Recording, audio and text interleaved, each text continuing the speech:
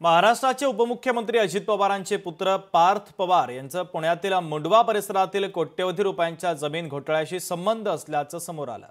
1800 कोटी बाजार मूल्य असलेली सरकारची 40 एकर जमीन पार्थ पवार संचालक असलेल्या अमेडिया एंटरप्राइजेस LLPला केवळ 300 कोटींना विकण्यात आल्याचा गंभीर आरोप आहे।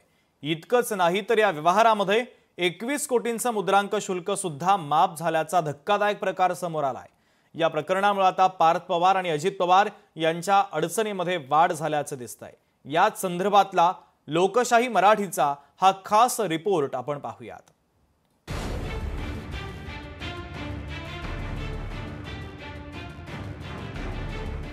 जमीन खरेदी व्यवहार प्रकरणात पार्थ पवार अडचणीत। 1804 कोटींची जमीन 300 कोटींमध्ये विकत घेतल्याचा आरोप।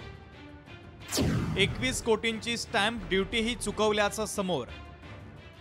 या जमीन व्यवहाराशी संबंध नसल्याचा अजित पवारांचा दावा।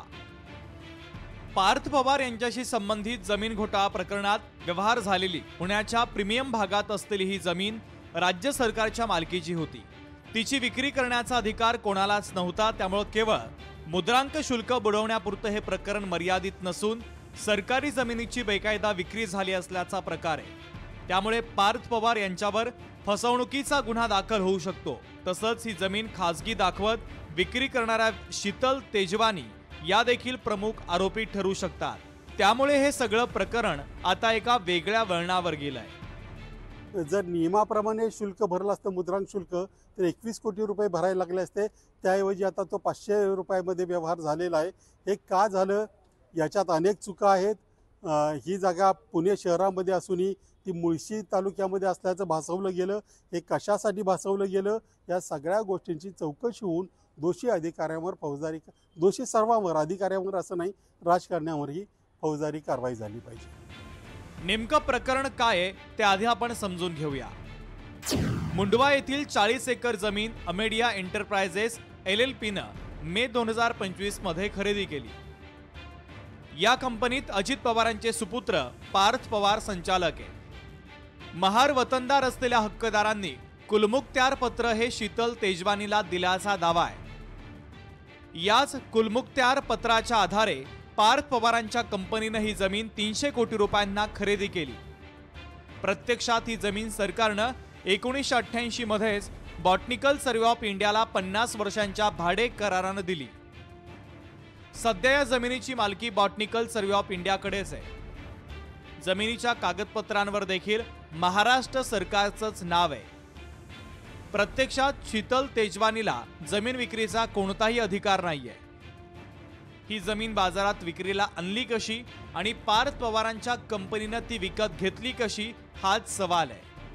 व्हॅल्युएशन पुण्यातलं जर 40 एकर जमीन कोरेगाव पार्क सारख्या भागातली असेल तर त्याचं व्हॅल्युएशन मिनिमम 1800 कोटी येतं। मिनिमम, मॅक्झिमम ते 2500 3000 कोटी पण 1800 कोटी। मग यांनी किती व्हॅल्युएशन दाखवलं? 300 कोटी। आणि रजिस्ट्री किती रुपयात झाली? 500 रुपयाच्या बॉन्डवर। पण हे सगळं प्रकरण गोंधळाचं आहे, भ्रष्टाचाराचं आहे, गैरव्यवहाराचं आहे। मुख्यमंत्री देवेंद्र फडणवीस यांनी हे प्रकरण गंभीर आहे असं म्हटलंय। याबाबत राज्य सरकारनं अतिरिक्त मुख्य सचिव विकास खारगे यांच्या अध्यक्षतेत चौकशी समिती स्थापन केली आहे।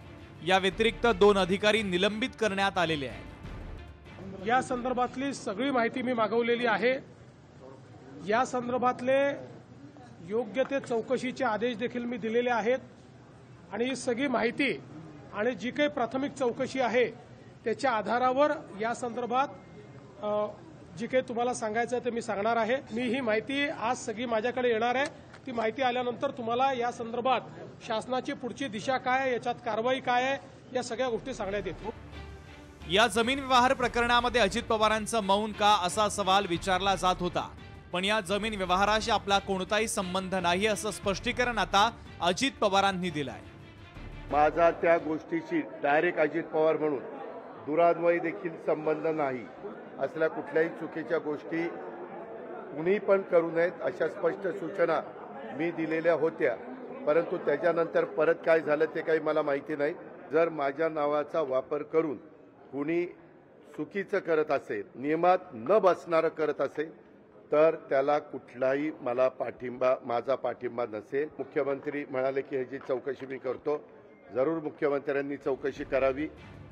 या सगळ्या प्रकरणावर पार्थ पवार यांच्या आत्या आणि खासदार सुप्रिया सुळे यांनी एक प्रकारे पार्थ पवारांची पाठराखण केल्याचं बोललं जात आहे. माझा पार्थवर पूर्ण विश्वास आहे, तो काहीही चुकीचं करणार नाही. ज्या बातम्या येत आहेत ते बघता मला कन्फ्युजन झालंय असं सुप्रिया सुळेंनी म्हटलंय. माझा पार्थवर पूर्ण विश्वास आहे की पार्थ कुठलीही चुकीची गोष्ट करणार नाही. एकीकडे महाराष्ट्र सरकार म्हणते की ती सरकारची जमीन आहे, ती विकता येत नाही. दुसरीकडे व्यवहार झाला असं म्हणतंय. तिसरीकडे तहसीलदार म्हणतोय की त्याच्यावर मी सहीच केली नाही.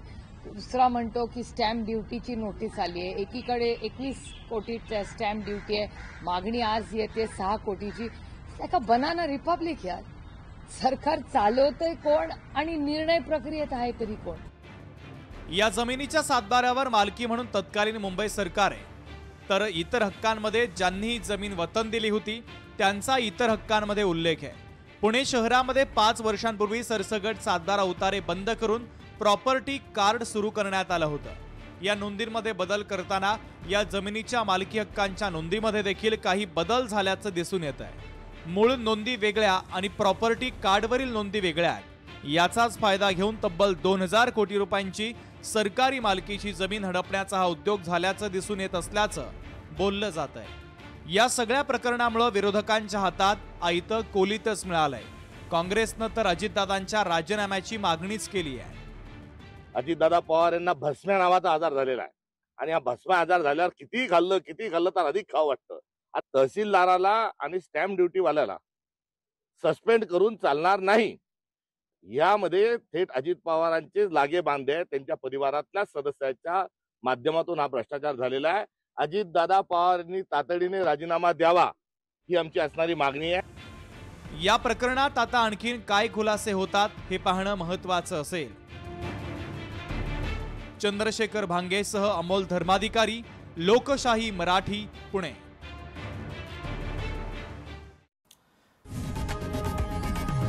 लोकशाही मराठी ऐका, पहा, जागरूक रहा.